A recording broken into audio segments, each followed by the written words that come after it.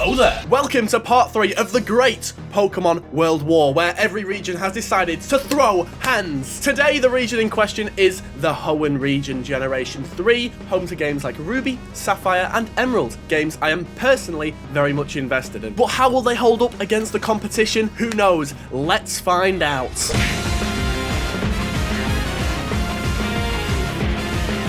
We've already covered both the Kanto and the Johto regions in different videos, so if you haven't seen those, I would seriously consider taking the time to watch them, as it does provide some context. I do make some comparisons, but it's your own life. Do what you want, I don't care. Also, I'm not going over the rules again. We're 3 videos in now, okay? You should know them. So if you see any glaring holes in my argument, maybe you should have watched the previous videos. Like I said, maybe you should have taken my advice, you moron. But that being said, Hoenn is based on the island of Kyushu, which is found southwest of both the Kanto and the Johto regions, making it the most isolated out of any region we've covered so far. Quite a favourable position, if I do say so myself. It is the closest to any other international landmass, and it is also absolutely stunning. Oh my god. That being said, it doesn't matter how white these beaches are if they can't be protected. This is war. So let's see the game plan. Hoenn is a region of Mafia, and in my version of the Pokemon world, this Mafia is a deadly force to be reckoned with. It controls the island with an iron fist and has a multitude of layers to all of its systems, meaning that not even Officer Jenny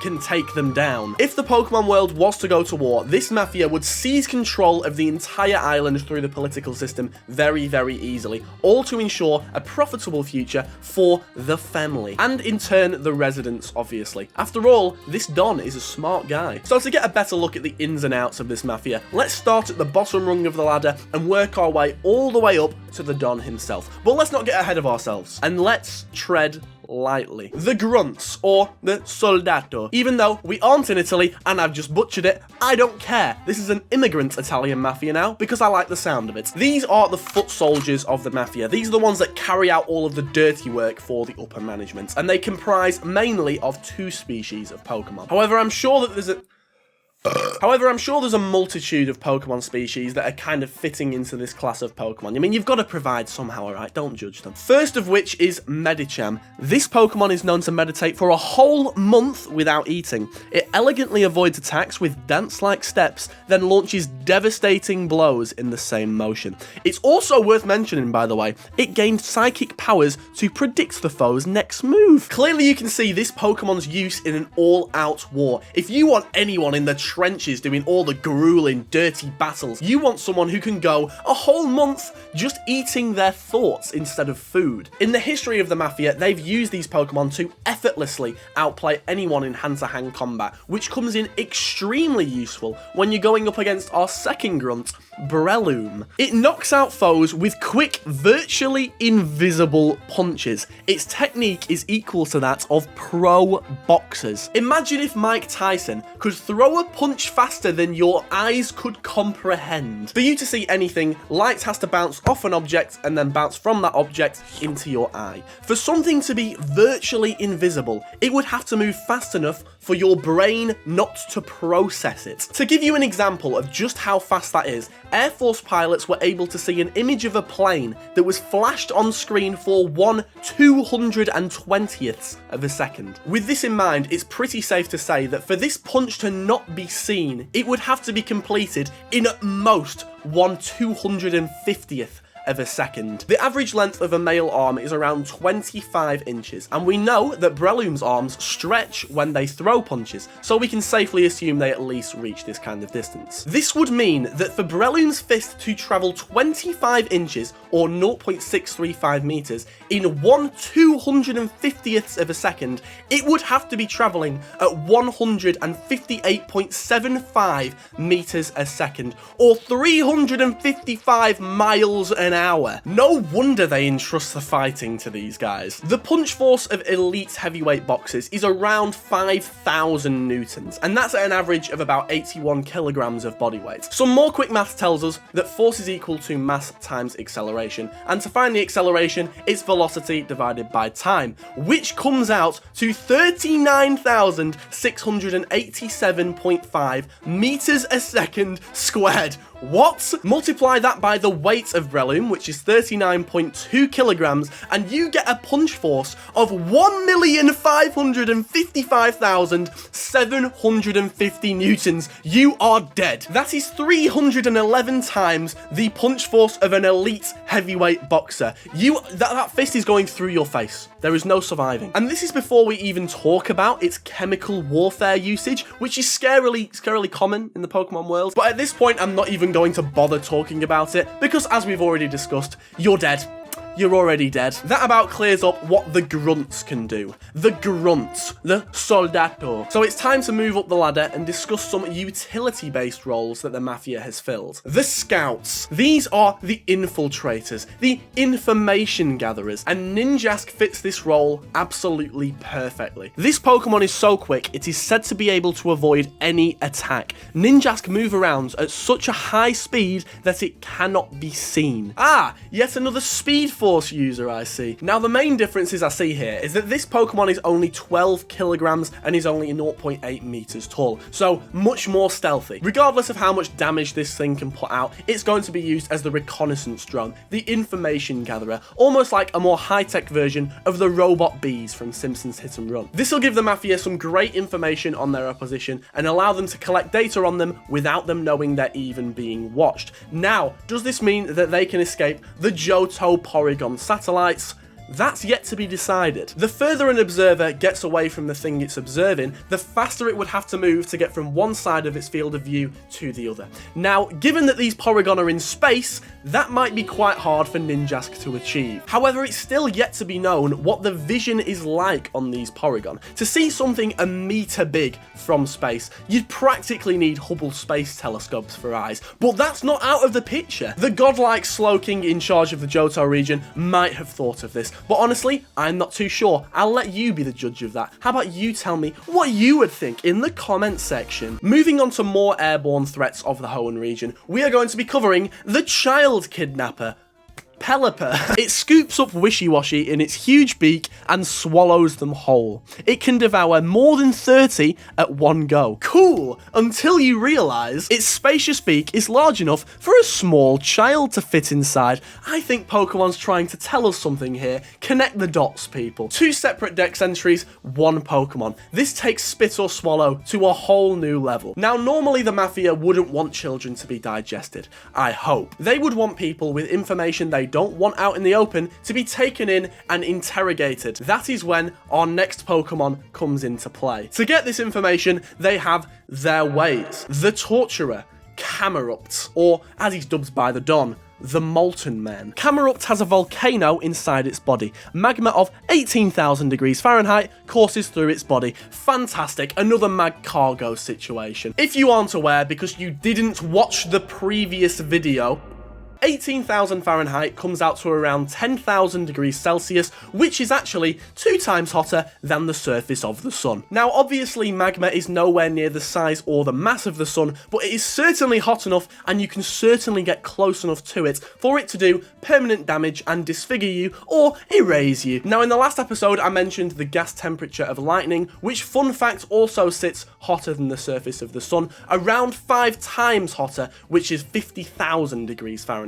This can only really happen because air is a poor conductor of heat. So when this electricity runs through it, it's only heating the area around it to such a high temperature. So how does this insanely high temperature not just fry the entire planet? Well, I'm glad you asked. Most people tend to presume that temperature and heat are the same thing, where actually they aren't at all. A gas can be heated to an extremely high temperature, but contain negligible heat energy depending on its mass and other factors. That's why the sun's thermal output is absolutely huge. It has the mass of a star, whereas the air around us does not. Even if the air around us was superheated to 500 times the surface of the sun, then it would still have negligent effect on our surroundings. In dire situations of torture, this magma could even be placed onto your flesh, which is a much better heat conductor than air, which would probably burst your leg into flames and or melt through your entire limb. Not very fun. So the Mafia use this to their advantage and extract the information. But now the subject knows too much. They can't be left alive, and that is where the trio of death comes into play. The Disappearance Squad contains 3 members who are widely feared, names spoken in code and surrounded with obscurity. Firstly, we have the Mad Scientist, Craydilly. This Pokemon secretes a strong digestive fluid from its tentacles. It ensnares prey with its 8 tentacles. It then melts the prey with strong acid before feeding. Yep, that's a real Dex entry. Once Craydilly catches its prey in its tentacles, it digests them whole. I swear this is a kid's game, guys, I swear. Now, we all know the history of the Mafia with their vats of acid that they dissolve bodies in, but who needs vats of acid when you have a sentient walking rock? That is enough to put the fear of God in anybody. Moving on, we have 2 Pokemon that utilize their abilities to form black holes.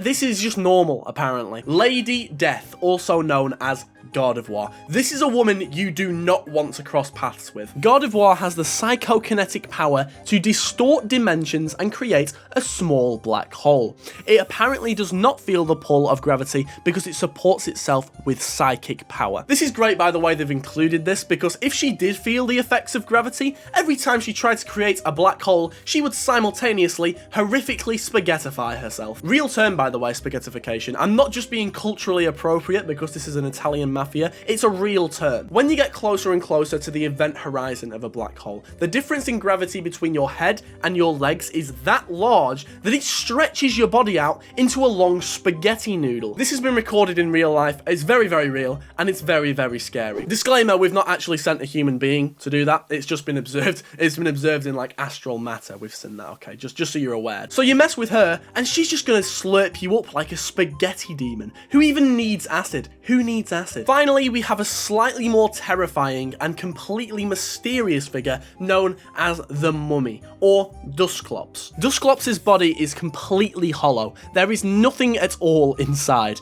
It is said that its body is like a black hole. An even worse fate, you could say, though, is this. This Pokemon hypnotizes its foe by waving its hands in a Montcombre manner and by bringing its single eye to bear. The hypnotized foe is made to do Dusclops' bidding. So there's no need to even kill him, because he's just going to use you as a pawn, like a chess grandmaster. Now you get to live, but your entire life is in service to an undead Cyclops. This could be used to cover the backs of the Mafia completely, get any press or get any police off of them, and then when they're done with the pawns, when they've spoke to the media, when they've spoke to the police, he'll just open up his bandages and absorb you into his body. We're moving pretty high into the ranks now, with the captains of the grunts, or the Caporegimes. I'm sorry for the butchery, I'm really sorry. These are 3 very special Pokemon that are in charge of their own kind of subcategories of grunts. 3 Pokemon that you will be very familiar with. Firstly, we have Blaziken. This Pokemon can clear a 30-story building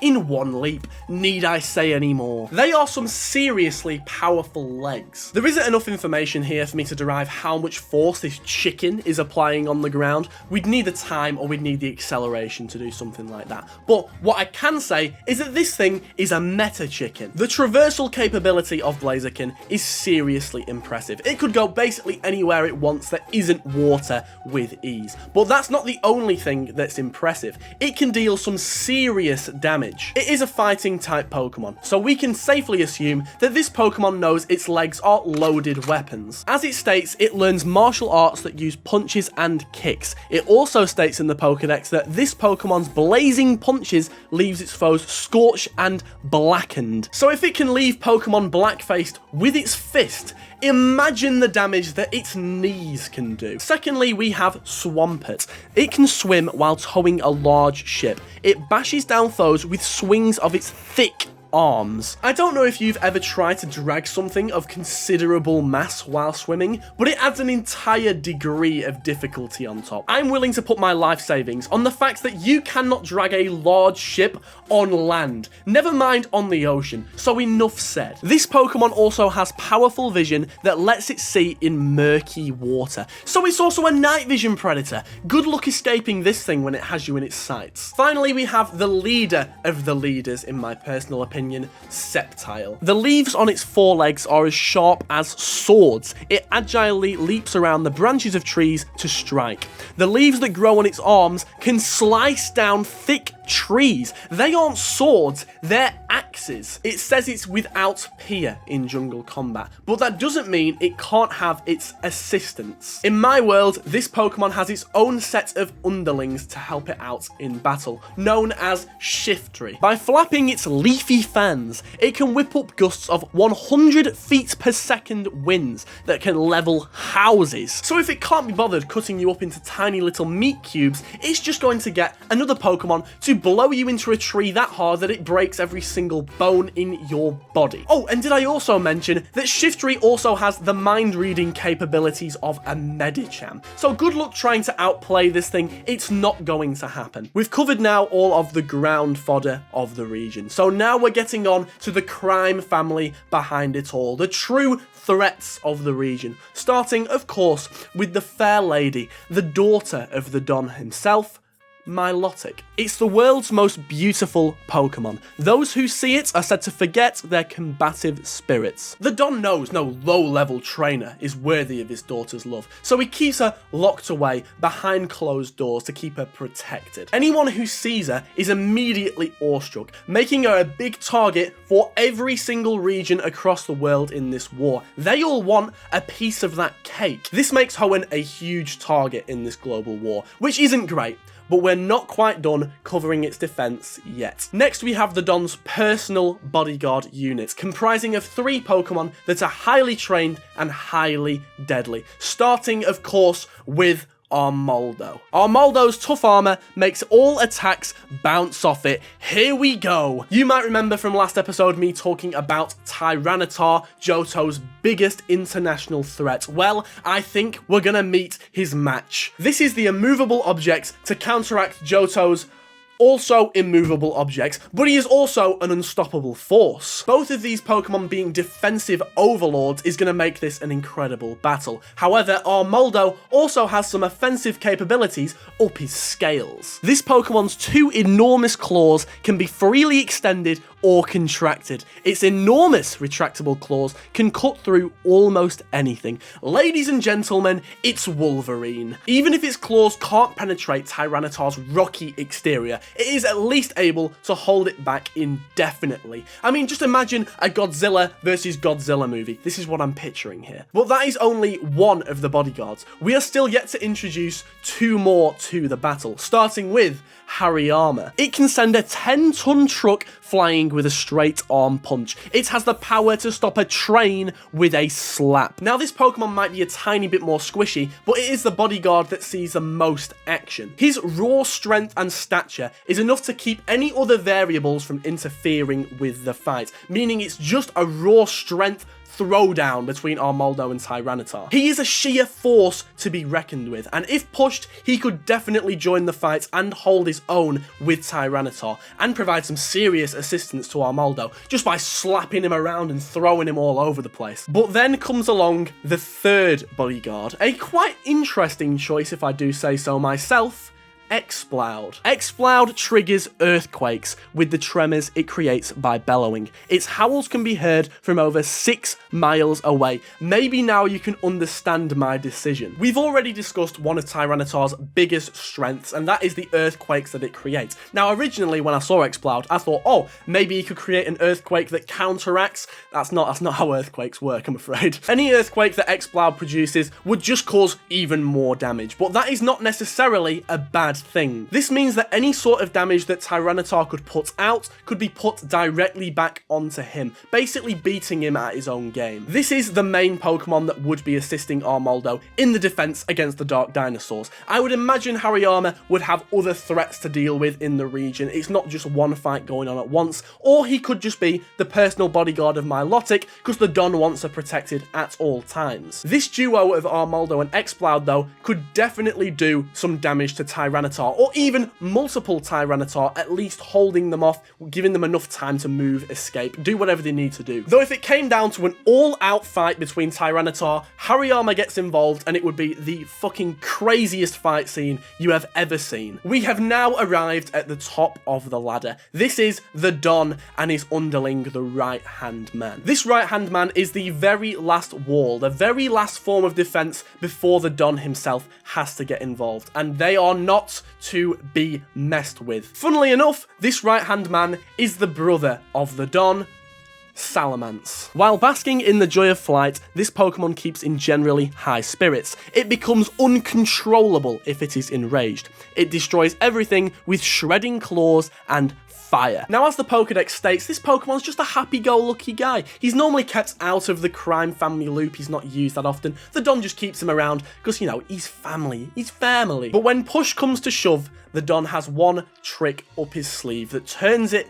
into an absolute destruction machine. Now, you might be aware that Generation 3, or the remakes of Generation 3, is the first canonical use we have of the gimmicks. I've been dancing around it the entire episode because I wasn't even sure whether I was going to include gimmicks as a whole in this series, but after much consideration and a way to work it into the lore, I have come to the decision that it is going to be in use. When the time calls, the Don throws his brother a Mega Stone. Now, if Mega Evolution is a thing that exists in this universe, why haven't all the other Pokemon that can Mega Evolve in this region Mega Evolved to provide their own assistance? Well, let me explain. The Don has the Mega Evolution industry wrapped around his little claw. In fact, there's not that many people in the entire region that know of its existence. It is kept that secret. The Don has been doing tests on Mega Evolution for a while, but anyone that was involved in these tests has been killed off just to keep the secret. This hasn't had to have been used up until this point. All the places that you can find Mega Stones in Hoenn have been locked off completely. They are only accessible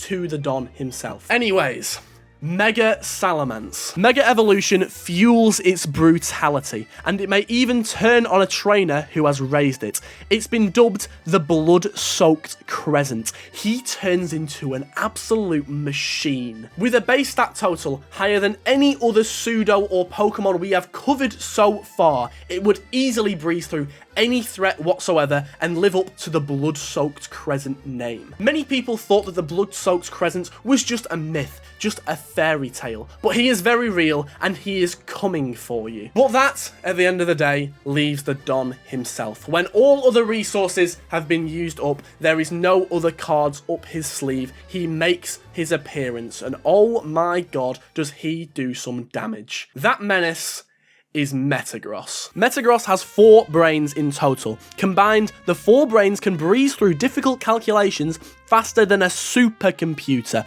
There is a reason he is the boss. Any outcome of any battle, any threat posed, any variable that could be introduced has already been analysed and acted upon by the Don. He is only present as a last resort, and he is an absolute monster. When hunting, this Pokemon pins the prey to the ground under its massive body. It then eats the helpless victim with its large mouth on its stomach. Kids game, everyone. It's a kids game. But now, let's get on to the science behind this hunk. This Pokemon can float in the air by tucking in its 4 legs. Because of its magnetic powers, these Pokemon get stronger in freezing temperatures. Magnets, my favourites. This might be really nerdy, but I really like magnets for some reason, and unless Metagross is either a god or just a complete anomaly, it should not be able to do this. However, let's assume he's beyond our capabilities and just an extremely strong electromagnet, because that's fun. An electromagnet is a soft metal core that is surrounded by a wire with a current running through it.